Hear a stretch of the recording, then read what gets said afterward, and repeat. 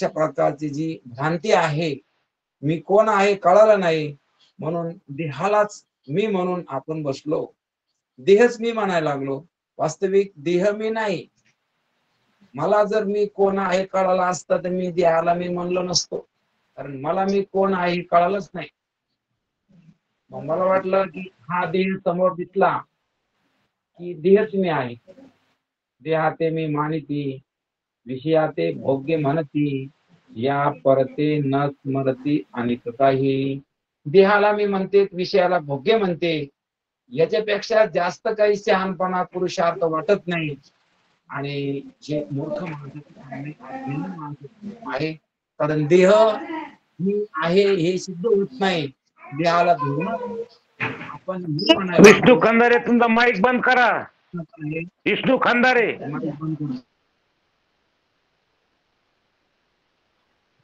दोन मिनिटं करतो मी.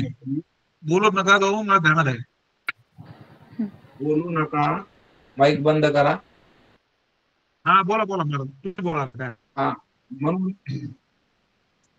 अनुबंध चतुष्टय, अधिकारी, विषय, प्रयोजन आणि संबंध, हा अनुबंध चतुष्टय या तरंगामध्ये सांगितलेला आहे. आता अधिकारी या ठिकाणी आपण बघू लागलो. विवेक, वैराग्य, समाधी षटक आणि मुमुक्षुत्व ज्याच्याकडे आहे त्याला अधिकारी म्हणायचं. म्हणून असा अधिकारीच या ठिकाणी विचार सागरातलं ज्ञान त्याला प्राप्त होऊ शकतं. त्याला विचार सागर ऐकण्याचा अधिकार आहे, किंवा विचार सागराचा पुरेपूर उपयोग त्याला होऊ शकतो की आवरण नाशासाठी. आवरण काय, मला मी कोण आहे हे कळालं नाही, मल दोष गेला. कारण मल म्हणजे काय, तर पाप करण्याची वासना, त्याला म्हणायचं मल. विक्षेप म्हणजे चंचलपणा. म्हणून हे मल आणि विक्षेप हे दोन दोष गेले. कशाने गेले, तर निष्काम कर्मानं, वेदविहित निष्काम कर्म केलं, मलदोष गेला. आणि दुसरा जो काही उपासनेनं विक्षेप गेला, राहिलं आवरण. मी कोण आहे अशा प्रकारचं कळलं नाही, आणि हे विचार सागराने जात. म्हणून आता पुढे सांगणारच आहे, विषय येणारच आहे. आता अधिकाऱ्याचं लक्षण सांगताना, अधिकारी म्हणजे ज्याच्याकडे हे चारी असते, विवेक आसन, वैराग्य आसन, समाधी षटक आसन आणि मुक्त होण्याची वासना, मुमुक्षुत्व. कारण त्याला इच्छा जर नसेल तर मुक्त होण्याची, तर मग कसा होईल मुक्त, त्याला इच्छा पाहिजे. म्हणून मुमुक्षुत्व सांगितलं. आणि अधिकाऱ्यामध्ये विवेक सुरुवातीला आहे. विवेक म्हणजे सार काय असार काय याच्याबद्दल जे ज्ञान, त्याला काय म्हणायचं, विवेक. आणि वैराग्य आपण बघितलं, ये लोकापासून ब्रह्मलोकापर्यंत भोगाच्या इच्छेच्या त्यागाला वैराग्य म्हणायचं. या व्याख्या आहे. आता या व्याख्या काही काही आपल्याला पाठांतर पण करावं लागतं. म्हणून इतकं एकाग्रतेनं हे चिंतन ऐकावं लागत असतं. महाराज सांगत असते की आपले कान महत्वाचे, म्हणून कान गेले नाही पाहिजे. कान महत्वाचे, कारण कानातून ह्या ज्ञानाचा प्रवेश होत असतो. कारण ज्ञान श्रवण करून होत असत. कारण मोक्ष श्रवणामध्ये आहे. श्रवणाचे विषय बैसावे येऊनी, साम्राज्य भुवनी सुखी ना दे. कारण श्रवण महत्वाचं आहे. श्रवणाच्या निमित्तानं आपण बसलो तर साम्राज्य भुवनामध्ये आपण राहतो. म्हणून श्रवण खूप महत्वाचं आहे. अवधान ऐकलेली दिजे सर्व सुखाची पात्र होईजे. त्या श्रवणानं सर्व सुखाची प्राप्ती होत असते. आणि म्हणून शास्त्रामध्ये दोन प्रकाराने सांगितलं, एक अवांतर वाक्य आणि एक महावाक्य. दोन प्रकारचे वाक्य आपल्याला ऐकायला भेटले कानानं. आता अवांतर वाक्य कोणते, हे ब्रह्म आहे अशा प्रकारचा बोध होणं, मी आहे, ब्रह्म आहे, हे त्याला अवांतर वाक्य. पण मीच ब्रह्म आहे असं जे काही बोललं जातं त्याला म्हणायचं महावाक्य. म्हणून वेदांत शास्त्रामध्ये 4 वेदाचे 4 महावाक्य. अहम ब्रह्मास्मी म्हणजे मी ब्रह्म आहे. अयम आत्मा ब्रह्म, हा माझा आत्माच ब्रह्म आहे. अहम ब्रह्मास्मी, अयम आत्मा ब्रह्म, प्रज्ञानम ब्रह्म. प्रज्ञा म्हणजे बुद्धी, बुद्धीला जो जाणतो तो ब्रह्म आहे. कारण माझ्या बुद्धीला कोण जाणतं? मीच जाणतो. झाले 3. आणि तत्वम असी, ते तू आहेस. ते म्हणजे ईश्वर, आणि त्वम म्हणजे जीव. जीव आणि ईश्वर दोन्ही एकच आहे. अशा प्रकारचं तत्वम अशी. तुका म्हणे कैसी किंवा कोठे जीव निराळा. म्हणून जीव हा निराळा नाही. कोणाहून? त्या देवाहून. तुकाराम महाराज पुन्हा सांगते जीव अवघे देव. म्हणून मी स्वतः कोण आहे? ब्रह्म स्वरूप आहे. ब्रह्मरूप भावी आपणा आपण. ब्रह्मनिष्ठा राखे पूर्ण, तत्परायणा अहर निशी. हा बुद्धीचा निश्चय. म्हणून बुद्धी निश्चय आत्मज्ञान. कारण बुद्धीनं मी आत्मा आहे अशा प्रकारचं ज्ञान होत असत. आणि म्हणून ती बुद्धी शहाणी आहे. हरिपाठामध्ये त्या बुद्धीचं वर्णन केलं. बुद्धीचे वैभव अन्य नाही तुझे, एका केशिवराजे सकळ सिद्धी. कारण बुद्धी, शहाणी बुद्धी कोणती आहे? तर जिला त्या ठिकाणी त्या परमात्म्याचं ज्ञान करून देते, शुद्ध बुद्धी शहाणी आहे. आणि म्हणून आपण पाहतो याज्ञवल्क नावाचे मोठे ऋषी होऊन गेले. याज्ञवल्काला 2 पत्न्या होत्या. एक मैत्रेयी, कोणी कात्यायनी म्हणतं, एक किंवा गार्गी. अशा प्रकारच्या 2 त्याला पत्न्या होत्या. आणि याज्ञवल्के आपण पाहतो की मोठे ब्रह्मज्ञानी, की जनक सुद्धा त्या ठिकाणी त्या काळामध्ये त्यांचं चर्चाशास्त्र त्या ठिकाणी ठेवायचे. आणि चर्चातून त्या ठिकाणी ब्रह्मज्ञानाचा बोध त्या ठिकाणी सर्वांना मिळायचा ऐकायला. ते मोठे त्या ठिकाणी विद्वान असणारे उच्च कोटीतले असे महान त्या ठिकाणी याज्ञवल्क ऋषी होते, ब्रह्मज्ञानी होते. आणि एवढंच नाही तर पुन्हा शास्त्र पंडित खूप मोठे होते. आणि वादामध्ये त्या ठिकाणी ते जिंकायचे. आणि चर्चा चक्रामध्ये त्या ठिकाणी जिंकल्यानंतर खूप अशा प्रकारचं त्या ठिकाणी सोनं नाणं त्यांना त्या ठिकाणी मिळायचं. आणि मग शिष्याच्या हाताने त्या ठिकाणी घरी पाठवून द्यायचे. बरंच काही संपत्ती त्यांच्याकडं झाली. मग कालांतरानं त्यांना वाटलं की त्या ठिकाणी इतकं आपण सर्व आहे, पण याच आपल्या सुखासाठी काय उपयोग आहे? सर्व काही संसार या ठिकाणी बरंच काही थाटेला आहे. बरंच काही या ठिकाणी संसारामध्ये आपण विल्गत केली, व्यवस्था केली. परंतु आता मरण काळामध्ये याचा उपयोग काय? सुखासाठी काय कामाचं आहे? म्हणून अशा प्रकारचे त्यांना वाटल्यानंतर मग त्यांना इच्छा निर्माण झाली की आपण संन्यास घ्यावा. मग त्या कात्यायनीला विचारलं, तू येशील का माझ्या बरोबर? तिने सांगितलं एवढा मोठा आता आपलं सोयीचं हे ते, आता ते मागचं कोण बघणं, दोघं गेल्यावर मला तर वाटतं तुम्ही जाऊच नाही. पण जायचंच असलं तर मग आता जा, पण मागचं मला पाहावं लागेल ना. सगळं त्या ठिकाणी सोडून कसं जम, असं कोण म्हणली? कारण ती संसारासक्त होती. मैत्रेयीने सांगितलं तुम्ही जिथं राहता तिथे मी राहीन. म्हणून तिनं त्या ठिकाणी त्या ऋषी संघ, याज्ञवल्का संघ ती गेली. आणि तिला सर्व धन त्या ठिकाणी देऊन टाकलं. कारण मैत्री म्हणली माझा वाटा पण तिला देऊन टाका, मला काहीच नको. कारण यानं 2 वाटे केले होते. म्हणले सगळं तिला द्या आणि मला तुमच्यासोबत यायचं.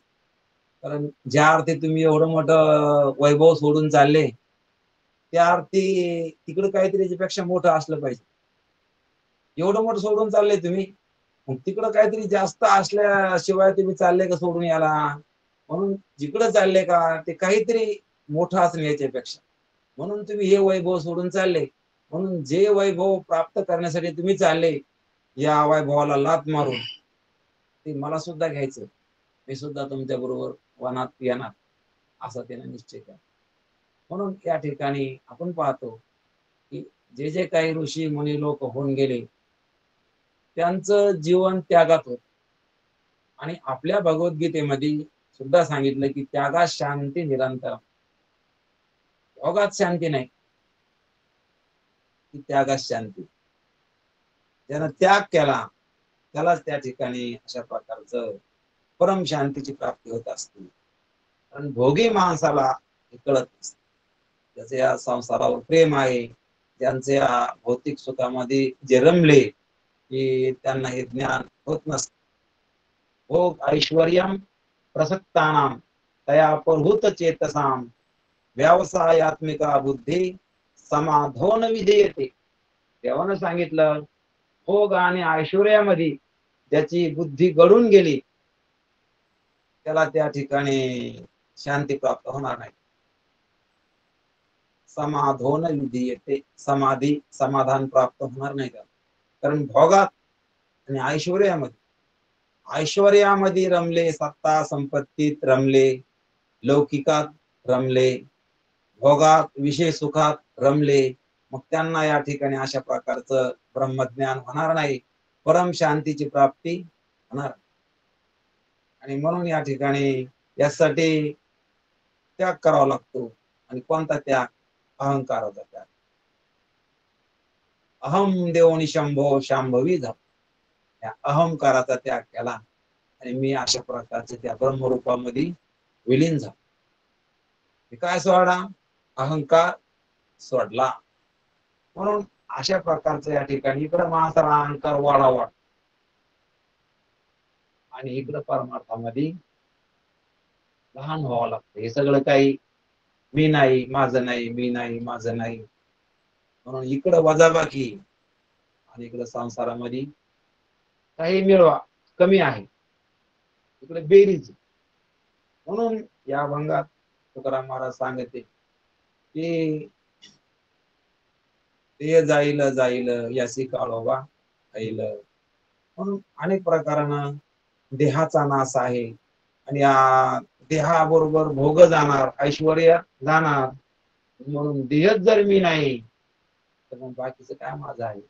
पण या देहाच्या ठिकाणी अहम आकार, म्हणजे मी आकारवान आहे, मी दिसणारा आहे, अशा प्रकारचा जो काही भ्रम झाला, तर हाच या ठिकाणी विनाशाला कारण आहे. म्हणून आपण बघायला लागलो की अशा प्रकारचं ज्याला कळालं की या संसारामध्ये सुख नाही किंवा संसार हा मृत्यूलोक आहे, तिथं दुःखाशिवाय काही नाही. आज जरी सत्ता संपत्ती तारुण्य असलं, परंतु हे क्षणिक आहे. हे कधी याचं रूपांतर दुःखात होईल हे काही सांगता येत नाही, किंवा जन्माचं रूपांतर मृत्यूत होईल. आणि म्हणून अशा प्रकारचा अशाश्वत असणारा हा संसार, याच्यामध्ये सुख जीवाला मिळणार नाही. म्हणून जो असा त्या ठिकाणी विवेक करतो तर तो शहाणा आहे. आणि असे लोक जगामध्ये किती असतात? थोडे असतात. नसते असं नाही, थोडे असते. परमार्थ लोक करीत असते, पण विचाराचा परमार्थ करणारे खूप कमी आहेत. म्हणून आणि विचारा वाचून न पविजे समाधान, विचाराशिवाय समाधान प्राप्त होणार नाही. आणि म्हणून विचार महत्वाचा आहे आणि विचार करणं हेच महत्वाचं काम असल्यामुळं विचारा वाचून न पविजे समाधान किंवा तैसे विचारिता निरसने, विचारानं या ठिकाणी दुःखाचा निराश होणार आहे. आणि हा तर विचाराचा सागर आहे. म्हणून सुरुवातीपासून या दोन तरंगामध्ये पायाभरणी म्हणून अधिकार येण्यासाठी हे दोन तरंग आहेत. कारण अगोदर आपली तयारी लागते, आपण ते जे काही कार्य करायला लागलो त्याचा अधिकार आपल्या जवळ लागतो, मग तो येण्यासाठीच हे दोन तरंग आहेत. म्हणून आपण बघायला लागलो की साधन चतुष्टय, विवेक, वैराग्य, समाधी षटक आणि मुमुक्षुत्व. आता अनुबंध चतुष्टय म्हणजे अधिकारी, विषय, प्रयोजन आणि संबंध. आता विषय म्हणजे काय, तर विषय म्हणजे संसार दुःख निवृत्ती आणि परमानंदाची प्राप्ती. प्रयोजन काय, मोक्ष. आणि संबंध काय, अधिकार्याला अधिकार्यात आणि विषयाचा संबंध, अधिकार्यात आणि फळाचा संबंध. कारण फळ कोणाला पाहिजे, अधिकार्याला पाहिजे. अधिकारी काय विषय आहे, तर परमानंदाची प्राप्ती आणि सकल दुःख निवृत्ती. हा जो यांचा एकमेकांचा संबंध, म्हणून हे चारही मिळून अधिकारी, विषय, प्रयोजन आणि संबंध मिळून अनुबंध चतुष्टय. आणि म्हणून याच्यातलं जे काही पहिलं अधिकारी आहे, तर अधिकार्यामध्ये चार सांगितले, विवेक, वैराग्य, समाधी षटक आणि मुमुक्षुत्व. आता विवेक आपण बघितला, सारखा आहे असारखा आहे, याच्याबद्दल योग्य निर्णय करणं, याला काय म्हणायचं, विवेक. आणि वैराग्य म्हणजे त्याग सांगितला. कशाचा त्याग, तर या लोकापासून ब्रह्मलोकापर्यंत भोगाच्या इच्छेच्या त्यागाला. कारण मनामध्ये भोग वासना नसणं, आदृष्टानं भोग मिळाले काय, नाही मिळाले काय, परंतु मनातली इच्छा संपिणं, याला म्हणायचं वैराग्य. आणि समाधी षटक आपण बघितलं, शमदम हरिपाठामध्ये आलं, शमदमावरी हरी झाला, समबुद्धी घेता समान श्रीहरी, शमदमावरी हरी झाला. शम म्हणजे काय, तर मनाची शांती. दम म्हणजे काय, इंद्रिये बाह्य विषयापासून आवरीनं. 5 इंद्रिये कोणते कोणते, कान, डोळे, त्वचा, जीभ, नाक, हे पंच ज्ञानेंद्रिय. हे बाह्य विषयापासून शब्द, स्पर्श, रूप, रस, गंध यांच्यापासून यांना आवरणं, याला म्हणायचं दम. शमदमावरी हरी झाला, हरी आहे पण आमच्याकडे शमदम कमी पडलं, म्हणून ज्ञानेश्वर महाराज सांगते, समबुद्धी घेता समान श्री हरी, शमदमावरी हरी झाला. शमदम उपरती म्हणून सांगितलं की परमार्थासाठी संन्यास सुद्धा घेण्याची तयारी, किती बी त्याग मोठा असला तर ते त्या ठिकाणी करण्याची तयारी आहे, त्याला म्हणायचं उपरती. प्रपंचातून बुद्धी उठणं, उपरती. आणि श्रद्धा, श्रद्धा म्हणजे आत्यंतिक विश्वास. कशाला म्हणायचं, तर श्रद्धेला म्हणायचं आत्यंतिक विश्वास, त्याचं नाव श्रद्धा. मग ती गुरुवर, शास्त्रावर, देवावर विश्वास असणं, त्याला म्हणायचं श्रद्धा. काय राहिलं, तितिक्षा म्हणजे सहनशक्ती. सुख दुःख, मान अपमान, लाभ हानी, सुख आलं हर्षित नाही होणं, दुःख आलं खेद नाही मानणं, सर्व काही समान, सुख दुःख समान, सकळ जीवांचा गोपाळ, ज्ञानाचा उद्बोध, भक्ती प्रेमाचा कल्लोळ, धन्य जगे तोच एक हरिरंगी नाचे, रामकृष्ण वासुदेव सदा स्मरी वाचे. म्हणून अशा प्रकारचं समान राहणं, त्याला काय म्हणायचं, तितिक्षा. आता शेवटी 6वं समाधान. कारण सर्व काही त्या ठिकाणी मनाला शांत ठेवणं, त्याला काय म्हणायचं, समाधान म्हणायचं. आणि म्हणून आपल्याला परत पुन्हा ही लक्षणं बघायची. सत्संगतीने आत्मा विनाशी अक्रिय असून तद्व्यतिरिक्त सर्व काही विनाशी चंचल आहे, असा निश्चय, त्या निश्चयाला विरोध म्हणायचा. साराने असा आत्मा कसा आहे, अविनाशी आहे, बाकी सगळं विनाशवान आहे, असा याच्यातला फरक दोन्हीतला. आत्मा खरा आहे, हे खोटं आहे. आत्मा अविनाशी, हे नाशवान आहे, सत्य आहे आत्मा, बाकी सगळं काही असत्य आहे. असं सार आणि असार. आत्मा सार आहे, त्याला सोडून सगळं काही असार आहे, असा निश्चय, याला म्हणायचं विवेक. आता वैराग्य, ब्रह्मलोकापर्यंत अनुकूल मानलेल्या भोगाविषयी होणाऱ्या त्यागाच्या इच्छेला वैराग्य म्हणायचं. अनुकूल, आता प्रतिकूल विषयाविषयी कोणला बी त्याग आहे हो. आता रोग कोणला वाटतं आमच्या घरी यावा म्हणून, दारिद्र्य कोणला वाटतं आम्हाला पाहिजे म्हणून. माऊली सांगते ज्ञानेश्वरी मध्ये, का रोग आवडे रोगिया, दारिद्र्य दारिद्र्या, भोगीजे परिवाया द्रष्टजेने. रोगी माणसाला रोग आवडत नाही, दारिद्र्य माणसाला दारिद्र्य आवडत नाही, पण अद्रष्टानं भोगावं लागत. अद्रष्ट शब्दाचा अर्थ द्रष्ट नाही, त्याला काय म्हणायचं, अद्रष्ट. आणि म्हणून हे भोगावं लागतं, कारण केले कर्म झाले त्याची भोग आले. कारण कर्म केलेलं पाप पुण्याच्या रूपाने येत असत. आगा कर्मी जे उरावे, तेने सुख दुःखी फळावे, आणि ते भोगण्यास यावे पुढल्या जन्मा. कारण कर्म काय करतं की भोगाच्या रूपानं पुन्हा त्या ठिकाणी पाप पुण्य होऊन त्याचं सुख दुःख होत असतं. म्हणून अशा प्रकारचं या ठिकाणी आपल्याला ध्यानात घ्यायचं की वैराग्य सांगितलं त्यानं, अनुकूल विषयाबद्दल त्याग बुद्धी असणं. प्रतिकूल विषयाबद्दल तर त्याग बुद्धी असतेच, पण अनुकूल मानलेल्या विषयाच्या ठिकाणी सुद्धा त्याग बुद्धी असणं, याला काय म्हणायचं, वैराग्य. आता शम, परमार्थास प्रतिबंध अशा स्वाभाविक विषय वासना अंतःकरणाचा निग्रह करणे. निग्रह करणे म्हणजे मनाचा निग्रह करणे. म्हणून आधी मन मुंडा आणि मग ब्रह्म धुंडा. अगोदर मनाला ताब्यात घ्या मग ब्रह्माला पहा. तसं ब्रह्म नाही गावसाना. अगोदर आधी मन मुंडा मग ब्रह्म धुंडा. अगोदर त्या मनाला त्या ठिकाणी आवरावं लागत असतं, तेव्हा ते ब्रह्म कळत असतं. आणि म्हणून या ठिकाणी शम, आपलं काय चाललं, शमादी षटक. षटक म्हणजे 6, शम आदी, ज्याचं सुरुवात शम आहे म्हणजे 6 आहे, म्हणून शम आदी षटक.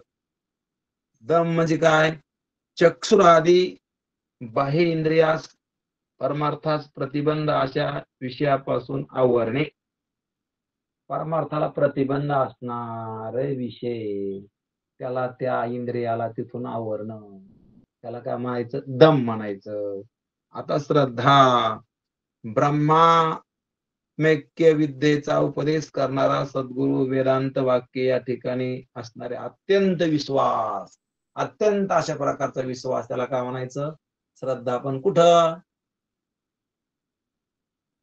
तर वेदांत वाक्य. कुठं, सद्गुरूवर, संतावर. संताचे पायी हा माझा विश्वास, सर्व भावेदास झालो त्यांचा, त्याची माझे हित करीते सकळ, जेणे हा गोपाळ कृपा करी. की संतांच्या ठिकाणी अत्यंतिक असणारा विश्वास, वेदांताच्या ठिकाणी वेदावर असणारा अत्यंतिक विश्वास, याला काय म्हणायचं, श्रद्धा. उपरम, आता उपरम कशाला म्हणायचं, उपरम म्हणा, उपरती म्हणा. वेद विहित कर्मांची साधने, स्त्री धन पुत्रादी यांचा विधीपूर्वक त्याग करून भोगांना विषयाप्रमाणे नाशक समजून आत्मज्ञानाच्या तीव्र इच्छेने जो गृहाधिकांचा त्याग, त्या त्यागास उपरम उपरती म्हणतात. कोणी कोणी उपरतीचा अर्थ संन्यास सुद्धा करतात, कारण परमार्थासाठी काही सुद्धा करायची तयारी आहे, संसार सोडायची, घरदार सोडायची. आणि म्हणून जे परमार्थाला आडवं येईल त्याला आडवं करायचं तयारी. देवासाठी घेऊन जोग अवघा भोग तेजीला. निरोबर आहे सांगते, देवासाठी. की पैशासाठी लोक देश सोडतील, मग देवासाठी आम्ही काही पण करायला तयार. म्हणून देवासाठी घेऊन जो आम्ही भोगाला सोडून दिलं, म्हणून जे काही ज्याच्याशिवाय व्यवहार धकत नाही किंवा शरीराला ज्या काही गरजा असणाऱ्या घरदार, अन्न, वस्त्र, निवारा याची पण पर्वा केली नाही. परमार्थासाठी, देवासाठी सर्वस्वाचा त्याग केला. त्याला म्हणायचं उपरती, उपरम किंवा कोणी संन्यास पण म्हणतात. समाधान. आता समाधान या ठिकाणी सांगताना मनाची एकाग्रता झाली असता जी स्थिती प्राप्त होते त्याला समाधान म्हणतात. आता मन थांबलंय एका जागेवर. जे मन इकडे तिकडे पळत होतं, जे एका जागेवर घंटाभर बसत नव्हतं, पोथीत बसलं तरी बी ते मागचा विचार करते नाही तर पुढचा विचार करते. काल काय केलं आणि उद्या काय करायचं, उकडं पळत काही ध्यानात येतं, पण ते आता मन काय झालं, एकाग्र झालं. आता त्या ठिकाणी ते स्थिर झालं. आता कोठे धावे मन तुझे चरण ऐकल्या. म्हणून महाराज सांगत असते, एका ठिकाणी गाठ्या दिवशी आला तर श्रवणाला बसायच्या आधी देवाला विनंती केली पाहिजे, देवा 1 तास का होईना आता श्रवण होणार आहे, तर त्या श्रवणामध्ये माझं मन त्या ठिकाणी आता कोणत्याही विषयामध्ये गुंतू देऊ नको.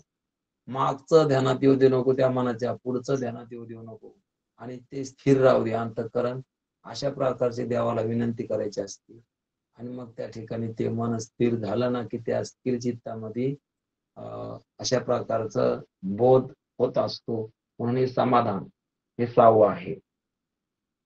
आता तितिक्षा 5वं समाधान आहे. 6वी तितिक्षा सांगितली. तितिक्षा म्हणजे काय? सुधा, तृष्णा. आता सुधा म्हणजे भूक लागणं, तृष्णा म्हणजे तहान लागणं, शीत उष्ण, शीत म्हणजे थंड, उष्ण म्हणजे गरम, रोग, पिशाचादिकापासून उत्पन्न होणारे दुःख, कष्टापासून सहन करणे. कष्ट नाही पडू देणं, कारण सर्व काही सहन करण्याची क्षमता, मग सुख असो दुःख असो सर्व काही सहन करणं, कष्ट नाही वाटू देणं, त्याला म्हणायचं तितिक्षा. आणि हे अशा प्रकारचे 6 समाधी षटक, श्याम, दम, उपरती, तितिक्षा, श्रद्धा, समाधान हे 6 मिळून काय झाले? समाधी षटक. आता समाधी षटकातील प्रत्येक साधनांच्या स्वरूपात किंचित फरक आहे.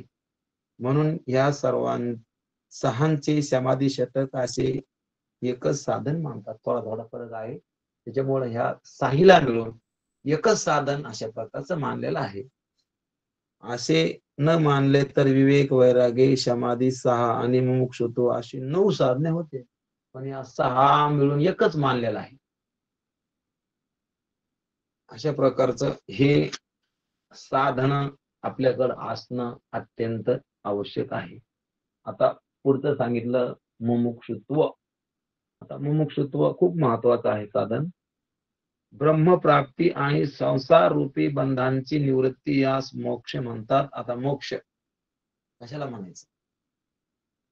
की मोक्ष म्हणजे बंधाची निवृत्ती. आता बंधन कोणचं? संसाराचं. संसाराच्या बंधनाची निवृत्ती आणि ब्रह्मप्राप्ती, याला काय म्हणायचं? मोक्ष म्हणायचं. ब्रह्मप्राप्ती आणि संसार दुःखाची बंधाची निवृत्ती, त्याला काय म्हणायचं? मोक्ष म्हणायचं. मोक्षाची तीव्र इच्छा ज्याला आहे त्याला म्हणायचं मोक्ष. तीव्र इच्छा, इच्छा असणं वेगळं. म्हणजे कस काय आले पोथीला? ते चला म्हणल्यामुळे आलो. नाही जावा तर मग कसं सगळेच चालले, आपण बस आता काय करता, सगळे बसल्यावर मग आपण कुठं काय करावं, मग बसा आता. म्हणजे मुमुक्षुत्व म्हणजे काय?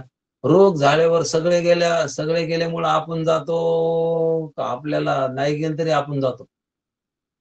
भूक लागल्यावर आपण कोणी पंगत आहे पाहतो, कोणी जेवलं पाहतो का आधी मला त्या ठिकाणी वाढा म्हणतो? आधी काय म्हणतो? मला वाढतो. आणि अशा प्रकारचे काय असते? इच्छा असते तीव्र. तशा प्रकारे इथं सुद्धा कैमी उद्धार पावे, काही कृपा करील नारायण. असे तुम्ही सांगा संत जन, करा समाधान चित्त माझे, कारण माझा उद्धार कधी होईल, मी या संसार दुःखातून कधी पार पडन. बरोबर इकडे कोणाला काय असतं. म्हणून संसार दुःखातून मी कधी त्या ठिकाणी बाहेर पडल, कारण या संसाराविषयी उदास जो या देहावरी उदास व्हायची अपरी ओखिता जैसा बिदारी हे विलासे.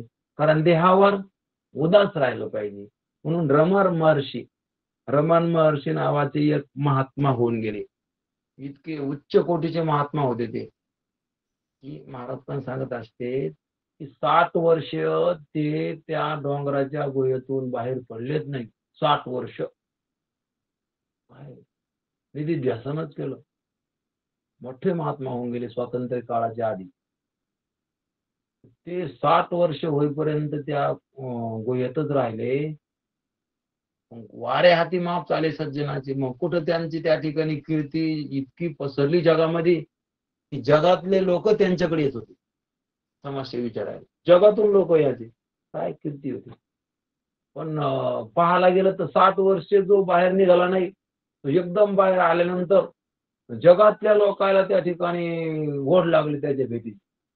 त्या काळात काय असे साधन नव्हते एवढे फोन वगैरे काही. पण तसे त्या ठिकाणी जगातले लोक यायचे, समस्या घेऊन यायचे. कोणी म्हणायचं मला मूल नाही, कोणी म्हणायचं आहे तर नीट नाही, कोणी म्हणायचं रोग कधी जाईल, कोणी म्हणायचं ज्ञान कधी होईल, कोणी म्हणायचं देव कधी भेटन, कोणी म्हणायचं आमचं कल्याण कधी होईल. पण सगळ्याला एकच उत्तर, तू कोण आहे हे कळून घे, तू कोण आहे हे कळून घे. एकच उत्तर. कोणी आलं की प्रश्न अनेक असायचे पण उत्तर एकच. प्रश्न अनेक घेऊन यायचे लोक, पण सगळ्याला उत्तर एकच, तू कोण आहे हे कळून घे, तू कोण आहे हे कळून घे. म्हणून अशा प्रकारचे ते मोठे त्या ठिकाणी महात्मे होऊन गेले. म्हणून मुमुक्षुत्व आता विवेक, वैराग्य, समाधी शतक आणि मुमुक्षुत्व यांतील प्रत्येक साधना दुसऱ्या साधनाची अपेक्षा आहे, परंतु प्रत्येकाचे स्वरूप भिन्न भिन्न आहे म्हणून त्या साधन चतुष्टय. प्रत्येक चारही आहेत त्याच्यात, विवेक, वैराग्य, समाधी शतक आणि मुमुक्षुत्व म्हणून चारही मिळून याला साधन चतुष्टय म्हणतात. प्रत्येकाचं कार्य अलग अलग आहे म्हणून चतुष्टय म्हणजे चार आणि साधन असं या ठिकाणी वर्णन केलं. म्हणून अशा प्रकारचं हे विचारसागर जो आपण जर ऐकला, कोणत्या बी परमार्थाचं साधन आपण जर लक्ष देऊन केलं, ते जीवनामध्ये कोण जाणे उद्या काय आपलं अदृष्ट असेल, आपला परमार्थ करण्याचा योग येईल नाही येईल, किंवा आयुष्य राहील नाही राहील, किंवा आपलं प्रारब्ध प्रतिकूल येतं अनुकूल येतं काही सांगता येत नाही. पण उद्या आपल्याला चिंतन करायचं योग येईल किंवा नाही येईल. पण जेव्हा जेव्हा योग आलेला असतो त्या काळामध्ये एकाग्र चित्तानं जर चिंतन झालं तर ते ऐकलेलं चिंतन कधीच वायाला जाणार नाही. इतका त्या चिंतनात पौर असतो. म्हणून ते चिंतन फळाला येतच असतं. म्हणून या ठिकाणी एकाग्र चित्तानं म्हणून श्रवणाचे मिसे बैसावे येऊन, म्हणून आपलं त्या ठिकाणी आता शरीर साथ देतं किंवा सर्व काही प्रारब्ध अनुकूल आहे, पण असंच अनुकूल राहील असं काही सांगता येत नाही. केव्हा काय होईल हे सुद्धा सांगता येत नाही. म्हणून करावी तातडी परमार्थाची. उद्या करेन असं म्हणू नये, उद्याची काय अडचण येईल हे सांगता येत नाही. म्हणून तातडी करा, गडबड करा आणि हे लक्षात घ्या असं साधू संतांची विनंती आहे. कारण या सगळ्या गोष्टी अवघड आहेत. संत भेटणं अवघड आहे, नरदेह भेटणं बी अवघड आहे, नरदेह भेटून बी परमार्थ करण्याची वासना होणं बी अवघड आहे. त्यात पुन्हा विचाराचा परमार्थ करणं खूपच अवघड आहे. कारण माणसं परमार्थ करीत नाही असं नाही. ज्ञानोबराय सांगते मनुष्य जात सकळ स्वभावता भजनशील झाले असे केवळ ज्ञानेविन. ज्ञानामुळे नाचल्या गेले, ज्ञान नाही म्हणून नाचल्या गेले. वास्तविक सगळे भजनशील लोक आहेत, कोणत्या तरी देवतेला मानणारे आहेत. आस्तिक लोक जरी जास्त असले तरी पण त्यांची जी दिशा आहे तर ती परमार्थाची, ती जर विचाराची असली तरी योग्य आहे. म्हणून आपण ज्या संतांच्या परंपरेत आलो, त्या विचारसागराच्या सानिध्यात निश्चलदासजी महाराज, विद्यारण्य स्वामींनी पंचदशी दिली, असे जे काही मोठाले महात्मे त्या ठिकाणी हे ग्रंथकार सुद्धा आपल्याला भेटलेत. तर यांच्या संगतीमध्ये आपण आलोत. यांच्या संगतीमध्ये जो काही विचार होतो किंवा या साधू संतांच्या वारकरी संप्रदायामध्ये गाथा, ज्ञानश्री, भागवत अनेक प्रकारचे संतांचे अभंग किंवा सकल संत गाथा, जे काही संतांची बोधवचन, अशा प्रकारचा विचार जगाच्या पाठीवर इतका सोपा परमार्थ कुठंच नाही. जो काही संतांनी सांगितला, जो आपल्या ग्रंथामध्ये आहे किंवा जो आपल्या समोर आहे, इतका सोपा विचार जीवदेव आहे असं सांगणार सोपा विचार. जगाच्या पाठीवर कोणतीच विद्या नाही, इतकी सोपा ग्रंथ सुद्धा नाही, जेवढे समजून सांगणारे संत सुद्धा त्या ठिकाणी बाकी ठिकाणी उपलब्ध नाहीत. आपल्या भारत भूमीत किंवा आपण राहतो अशा प्रकारच्या भूमीमध्ये खूप अशा प्रकारचे संत ग्रंथ आणि आहेत. आणि आपण ते जर एकाग्र चित्ताने ऐकले, निष्ठेनं त्या ठिकाणी आपण श्रद्धेनं त्या ठिकाणी त्यांच्या शब्दावर विश्वास ठेवून त्याप्रमाणे चाललो, निश्चितच आपलं कल्याण होत असतं. म्हणून आपण इथपर्यंत आलो, आता आपण थांबू आणि फायदा घेऊ. आता विद्वात्मके देवे येणे वागेत्ने तोषावे, तो सोने द्यावे कसायला जे फळाचे व्यंकटे सांडो, त्या सत्कर्मी रती वाढो, भूता परस्परे पडो दुरितांचे ते मिळावो, विश्व धर्म सूर्य पाहू, तो देवांची